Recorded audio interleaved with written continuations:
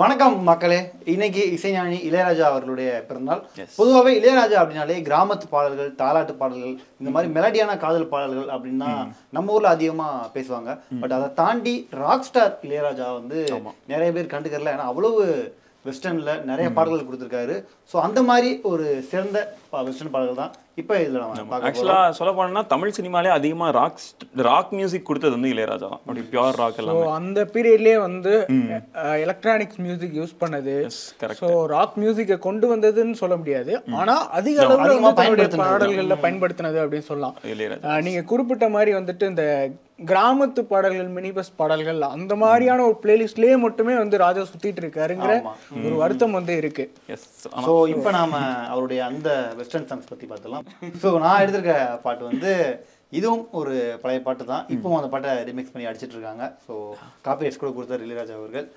வா வா பக்கம் வா அந்த பாடல். ஸோ வந்து மோஸ்ட்லி வந்து கமல் அவர்களுக்கு தான் நிறைய இந்த மாதிரி பாடல்கள் கொடுத்துருக்காரு. இந்த பாயிண்ட் நினைச்சேன் ஆக்சுவலா அப்படின்ற மாதிரி சொல்லிட்டு இருந்தாங்க. பட் ஆனா எவ்வளவு கொடுத்துருக்காரோ அதே அளவுக்கு ரஜினி அவர்களுக்கும் கொடுத்துருக்காரு. ஸோ இந்த பாட்டுதெல்லாம் அந்த கமல் தான் கொடுத்துருக்காருன்னு சொல்லுவாங்க. ரஜினி இல்ல அதான் என்ன இல்ல இப்ப ரஜினி பாராட்டி பேசும்போது தெரியும் ஈக்குவலா அதுக்கு ஈக்குவலா கொடுத்துருக்காரு அப்படின்ற மாதிரி ஒரு பாயிண்ட் ஆட் பண்றாரு. அவ்வளவுதான். ஸோ ஆக்சுவலா உண்மையா சொல்ல போனா கமலுக்கு தான் அதிகமா கொடுத்துருக்காரு. ராக்னாலே இல்ல, ஆனா ராக்னா கமல் மட்டும் தான் தெரியுறாரு. ஆனா ரஜினி அவர்களுக்குமே கொடுத்துருக்காருன்னு சொல்லுவாங்க. அது கரெக்ட், அது கரெக்ட். ஸோ அந்த வகையில இந்த இந்த பாடல் வாவா பக்கம் வா. ஸோ இந்த பாட்டு ஸ்டார்ட்ல இருந்து எண்டு வரைக்கும் உங்களுக்கு அந்த ஒரு வைப்பு கொண்டு வந்துடும். இன்னொன்னு நீங்க பெரும்பாலான படங்கள் நோட் பண்ணலாம். இளையராஜா அவர்கள் இந்த மாதிரி ஒரு வெஸ்டர்ன் பாடல் கொடுத்துட்டாலே அதுக்கான செட் வந்து ப்ராப்பர் லைட்டிங்கோட அந்த ஒரு டிஜே செட் மோட் கிரியேட் பண்ணிடுவாங்க. Correct correct correct. சோ அது எல்லா கலர் Dress, சின்னமான ஸ்கர்ட், சோ அந்த மாதிரியான விஷயங்கள் ஆக்சுவலா அந்த பீரியட்ல அந்த மாதிரி தான் இருந்திருக்கு. ஆனா அதுதான் இதெல்லாம் பாக்கும்போது ஒரு விஷயம் நோட் பண்ணேன். என்னன்னா கிரியேட் இந்த மாதிரி வெஸ்டர்ன் ட்ரெஸ்லாம் போட்டுருக்காங்க, இருந்தாலும் யார் இருந்ததுக்கு அந்த மங்கல்ல பெண்களுக்குலாம் ரெட்டை சட்டை போட்டு விட்டாங்கன்னு தெரியல. இது இவர் மியூசிக்ல ஃபியூஷன் பண்ணா அவங்க எல்லாம் காஸ்டியூம்ல ஃபியூஷன் பண்ணிருக்காங்க யாரோ. பரவாயில்ல, ஓகே, அதை விட்டுறலாம். கண்டிப்பா இந்த क्वेश्चனை பார்த்துட்டு ஒருத்தர் கீழே கமெண்ட் பண்ணுவாங்க, நாட்டுக்கு மிக அவசியமான கேள்வி அப்படின்னு. சந்தேகம் இருக்க கூடாதா? குறிப்பா இந்த பாட்டுல வந்து அந்த இங்கிலீஷ் அந்த அந்த லிரிக்ஸே இங்கிலீஷ்ல மாத்தி, அதாவது யாராவது நீங்க டச் பண்ணாம கிஸ் பண்ணுவீங்களா அப்படின்ற ஒரு கான்வர்சேஷனே இங்கிலீஷ்லயே பில்ட் பண்ணிருப்பாங்க அந்த வெஸ்டர்ன் பாட்டு அப்படின்றதுனால. ஸோ என்னோட இதில் வந்து நான் டாப் 5ல எடுத்துக்கல 5th சாங் என்ன அப்படின்னு பார்த்தோன்னா பண்ணிட்டீங்களா? 5 4 3 2 ஓகே, அப்படியே சரி, ஓகே. வனிதாமணி. ஸோ ஒரு அப்படியே மெதுவா ஒரு நீங்க சொன்ன மாதிரி ஒரு கான்வர்சேஷன்ல ஸ்டார்ட் ஆகி அந்த கான்வர்சேஷனுமே வந்து நல்லா இருக்கும்.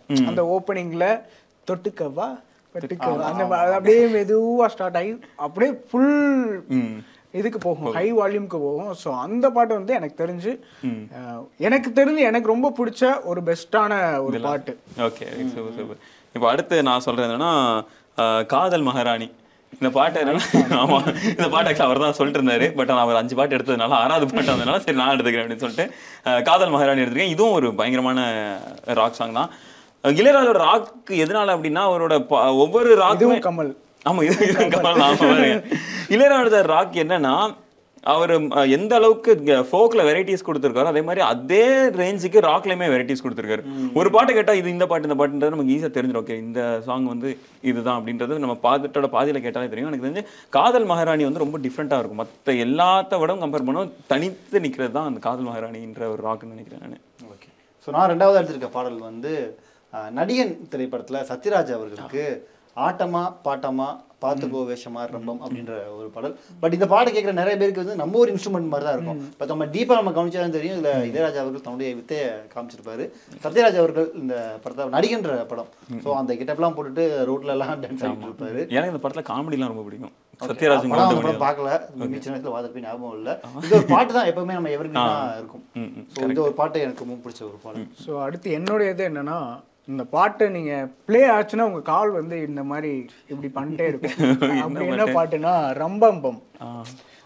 ரொம்ப பயங்கரமான ஒரு டான்ஸ் சாங். ஏன் சரி, ஸோ அந்த அளவுக்கு வந்து இதுல ஒரு பீட் வந்து பயங்கரமான பீட்டா இருக்கும். அந்த ஒரு டான்ஸ் ராக் வந்து எப்படி இருக்கும் அப்படிங்கிறதுக்கான ஒரு பெஸ்ட் எக்ஸாம்பிள் இந்த பாட்டு. ஆமா, அந்த இது கரெக்டான ரொம்ப ஒரு மாசான சாங். சரி, ஓகே. நான் அடுத்து எடுத்திருக்க பாடல் வந்து இதுவும் இப்போ ரிமேக்ஸ் பண்ண ஒரு பாடல். விக்ரம் அந்த டைட்டில் சாங் விக்ரம் இந்த தீப் சாங் கூட சொல்லலாம். ஒரு ப்ராப்பரான ஒரு வெஸ்டர்ன் ஒரு ஆமா ரோபோட்டிக் வாய்ஸ்லாம் கூட அதில் ட்ரை பண்ணி இளையராஜா அவர்கள் பண்ணியிருப்பாரு. அந்த டைம்ல அப்பவே அந்த மாதிரி ஒரு பாடல் பண்ண முடியுமா அப்படின்றது வந்து யாரும் யோசிச்சு பார்க்கல. அது இப்பவும் ரீமேக் பண்ணும்போது அதே டோனோட கொடுக்க முடியுது அப்படிங்கிறது இளையராஜா அவர்களால் தான் அந்த ஒரு இதை பண்ண முடியும். ஸோ அந்த ஒரு விக்ரம் பாடல் விக்ரம் பாட்டு. ஸோ இப்போ நான் சொல்ல போகிற பாட்டுமே வந்து எத்தனை ரீமேக் வந்தாலும் இந்த ஒரிஜினல் வந்து அடிச்சுக்க முடியாது. இளமை இதோ. ஐயோ சோ இது வந்து ரீமேக் பண்ணாம இருக்கறே நல்லது நினைக்கிறேன். பண்ணல நினைக்கிறேன் எனக்கு தெரிஞ்சு. பண்ணிராதீங்க அவ்வளவுதான். பண்ண முடி நீங்க எத்தனை ரீமேக் பண்ணாலும் இந்த ஒரிஜினலை வந்து தொட முடியாது அப்படின்னு சொல்ல வரேன். அந்த அளவுக்கு வந்து அப்பவே குவாலிட்டியா இருக்கும். நம்ம நிறைய இளையராஜா பாட்டுல வந்து பேசுவோம்ல, இப்போ அதை ரீமாஸ்டர் பண்ண முடியாது அப்படின்னா இந்த பாட்டு வந்து ரீமாஸ்டரே பண்ண தேவையில்ல. அந்த அளவுக்கு வந்து ஒரு தெளிவான அவுட்புட் இந்த பாட்டுல இருக்கும். ஸோ அந்த அளவுக்கு வந்து இந்த இளமை இதோ கண்டிப்பா எல்லா நியூ இயருக்கும் போட்டு தாக்கிற பாட்டு வேற. நான் அடுத்தது வந்து இது கொஞ்சம் ஒரு அண்டர் ரேட்டட் நினைக்கிறேன். என்னன்னா புயல் பாடும் பாட்டு அப்படின்னு ஒரு படத்துல இருந்து வர்றது என்னன்னா வேல்முருகனுக்கு மொட்டை ஒண்ணு போட போறேன் அப்படின்னு ஒண்ணு. இது வந்து ஒரு ஜாலியா இருக்கும். கேட்டது இல்ல. ஆமா அது கேள்விப்பட்டிருக்கேன். ஒரு 2-3 டைம் கேட்டிருக்கேன். ஆமா இது ஆக்சுவலா ரொம்ப நல்லா இருக்கும். நிறைய ரொம்ப ஒரு அண்டர் ரேட்டட் சாங் நினைக்கிறேன். நான் இது என்ன எப்போ ஒரு டைம் நான் ஒரு ஆக்சிடென்ட்ல தான் நான் கேட்டேன். பட் அதுக்கப்புறம் மறுபடியும் 2-3 டைம் கேட்டேன். ஒரு காலத்துல இது வந்து கொஞ்சம் ரிப்பீட்ல போட்டுட்டு இருந்தேன். இது ரொம்ப நாள் கழிச்சு இப்போ மறுபடியும் ரீவிசிட் பண்ணேன். எனக்கு இந்த இதை கண்டிப்பா சொல்லணும் அப்படின்றதுக்காக நான் சொல்ல வேல்முருகனுக்கு மட்டும் ஒன்று போட போறேன். ஒரு ப்ராப்பர் சாமி பாட்டா இருக்கலாம், இல்லை ப்ராப்பர் ஃபோக்கா இருக்கலாம், இதை ராக்கா மாத்துறேன் அப்படின்னு சொல்லிட்டு மாத்தி கொடுத்துருப்பாரு இளையராஜா அந்த இதுல. ஓகே, அடுத்து நான் எடுத்திருக்க பாடல் வந்து இதுக்கு வந்து கிட்டத்தட்ட ஒரு லவ் சாங் மாதிரி எடுத்துக்கலாம். காதல் பரிசு நினைக்கிறேன் படத்துடைய பேர். ராதா கமல்ஹாசன் அவர்கள் இருப்பாரு. அதே பாட்டு காதல் மகாராணி பாட்டு படத்துல பாட்டு. இந்த பாட்டு வந்து ஹே தானே இந்த வரி வரும்போதே இந்த வந்து ஒரு பெப்பியான சாங் அப்படின்றத ஈஸியா கெஸ் பண்ண முடியும். ஸோ அந்த அளவுக்கு ஒரு பெப்பியா இருக்கும். குறிப்பா ஆரம்ப சொன்ன மாதிரி கமல் அவர்கள் தான். பட் இதில் கொஞ்சம் டூயட்டா இருப்பாரு. ராதா அவர்களும் பேர் பண்ணியிருப்பாங்க. ஸோ இந்த பாட்டு உங்களுக்கு நடுவில் போகும்போது கொஞ்சம் வித்தியாசமான ட்ராக்ல போகும். திரும்ப ஆனால் முடிக்கும் போது இதே ஒரு ஃபினிஷிங்கோட கொடுத்துருப்பாரு. ஸோ இந்த ஒரு பாடல். ஸோ அடுத்து நான் பிக் பண்ணியிருக்க ஒரு பாட்டு வந்து நீங்கள் இளையராஜாவுடைய டாப் 10 சாங் எடுத்தீங்கன்னா இந்த பாட்டை நீங்கள் என்ன வெரைட்டியில் எடுத்தாலும் சரி இந்த பாட்டை ஸ்கிப் பண்ண முடியாது. மெல்ல மெல்ல என்னை தொட்டு அந்த பாட்டு இது வந்து எனக்கு தெரிஞ்ச ராஜாவுடைய டாப் நம்பர் 1 ராக் வந்து இதுதான். எல்லார்ட்டையும் ரீச் ஆனதுமே கூட. ஸோ அப்படி பார்க்கும்போது இது ஒரு பெஸ்ட் ராக் எனக்கு தெரிஞ்சு. கரெக்ட். அது வந்து நீங்க லிஸ்ட்ல செகண்ட் வச்சிருக்கீங்களா? ஆமா, லிஸ்ட்ல செகண்ட் வச்சிருக்கேன். ஓகே, அடுத்து நான் வந்து எனக்கு ஆசை 100 வகை எடுக்கணும்னு ரொம்ப ஆசை. பட் அன்ஃபார்ச்சுனேட்லி 5 தான் வைக்கணும் அப்படின்றதுக்காக ராக்ல டிஃப்ரெண்ட் வெரைட்டிஸ் கொடுத்துருப்பாருன்னு சொல்றேன். அதனால ஆசை 100 வகை இந்த இதில் வரல.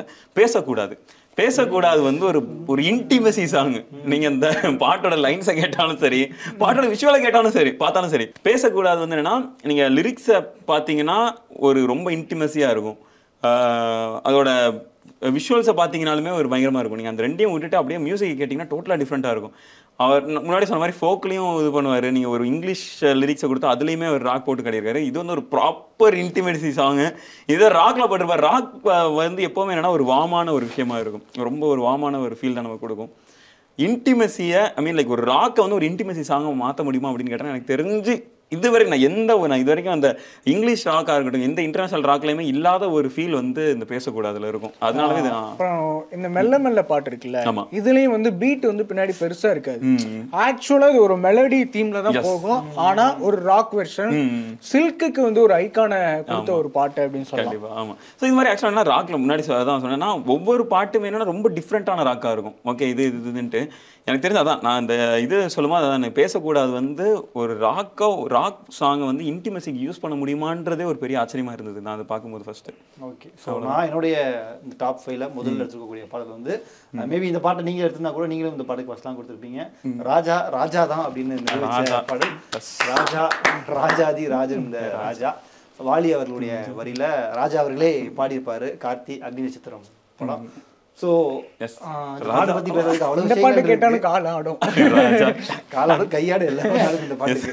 அந்த அளவுக்கு ஒரு வைபான சாங்கு. கார்த்தி ஒரு ஹேண்ட்ஸமான ஆக்டர். அப்ப இன்னொன்னு இந்த படத்துல நிறைய பேர் கவனிச்சிங்களான்னு தெரியல, இந்த பாட்டுல பின்னாடி குரூப் டான்ஸ்ல பிரபுதேவா ஆடிட்டு இருப்பாரு. டிஷர்ட் போட்டு, ஏன்னா அவங்க அப்பா தான் டான்ஸ் மாஸ்டர், அவரும் ஆடிட்டு இருந்திருப்பாரு. இன்னொன்னு மணிரத்னம், நீங்க படத்தை அந்த விஷுவலே உங்களுக்கு நல்லா இருக்கும். இவங்க ஆடுறவங்களுக்கு மட்டும் லைட்ஸ் கொடுத்துருப்பாங்க, பேக்ரவுண்டில் கொடுத்துருப்பாங்க, Okay, okay. அந்த ரயில்வே ட்ராக் ஆடுறது அப்படின்னு ராஜா அவர்கள் தான் தான் ராஜா அப்படின்றத நிரூபிச்ச ஒரு பாடல். காலம் நீங்க சொன்ன பாடலாம் கூட ஒரு கடத்துல மறந்துடலாம், ஆனா இந்த பாட்டை யாராலையும் மறக்க முடியாது. போற பக்கம் மறக்க முடியாது. ஓகே, அடுத்து நீங்க ஃபர்ஸ்ட் சொல்லிட்டீங்களா? நான் சொன்னதான் சொல்றேன். first. நீங்க நான் தான் last சொல்லணும். ஸோ எனக்கு வந்து நான் டாப் 5ல ஃபர்ஸ்ட் வச்சிருக்க பாட்டு எனக்கு ரொம்ப பர்சனலாக ரொம்ப பிடிச்ச பாட்டு, எனக்கு ராக்ல ஒரு சீரியஸான வைபு கொடுத்த ஒரு பாட்டு, ஒரு ஹாப்பி மொமெண்ட் வந்து தூண்டி விடணும்ல ஒரு ராக்னா, அந்த மாதிரி ஒரு பாட்டு புது மாப்பிள்ளைக்கு. பப்பாப்பரே இதுவும் காலாடுற பாட்டு தான் அந்த நினைக்கிறேன். படத்துல வந்து ஆக்சுவலா கமல் வந்து குள்ளமா இருப்பாரு, ஒரு சின்ன பசங்களை கவர்ற மாதிரி இந்த பாட்டு இருக்கும், அந்த அதெல்லாம் ஒரு சின்ன ரைம்ல வர்ற மாதிரியான ஒரு இதுதான். அதை கொண்டு வந்து அந்த பாட்டுல கொண்டு வந்து ஒரு ராக் இதை இன்சர்ட் பண்ணி அந்த படத்துக்கு ஒரு தீம் மாதிரி கொடுத்து அந்த அந்த ஐகானுக்கு ஒரு தீமை கொடுத்து, ஸோ அதுவுமே வந்து பயங்கரமா இருக்கும். எனக்கு இந்த பாட்டு வந்து நம்பர் 1. ஸோ நான் ராஜா எடுத்திருந்தேன்னா வந்து அதுதான் ஃபர்ஸ்ட் வச்சிருப்பேன், அது எடுக்கல, அதனால இதை வச்சிருக்கேன். நான் இன்னும் நான் சொல்லணும்னு நினைக்கிறேன் என்னன்னா சூரியன் தோன்றது. ஆமா,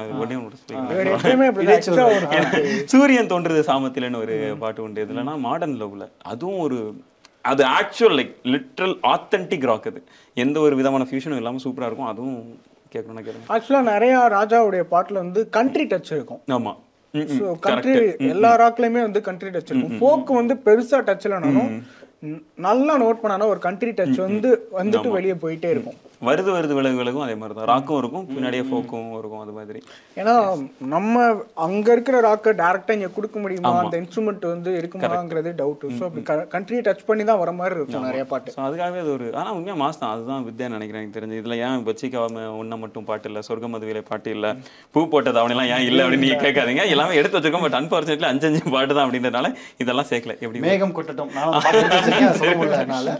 இதுதான் எங்களுடைய அந்த ஒரு ஃபேவரட். ஸோ ராஜா அவர்களுடைய இந்த ராக் இசையில உங்களுக்கு பிடிச்ச ஃபேவரட்டான டாப் 5 பாடல்களை நீங்களும் கீழே கமெண்ட் பண்ணுங்க. Once again happy birthday Ilaiyaraaja அவர்கள். மீண்டும் வேறொரு வீடியோவில் சந்திக்கிறோம். நன்றி, வணக்கம்.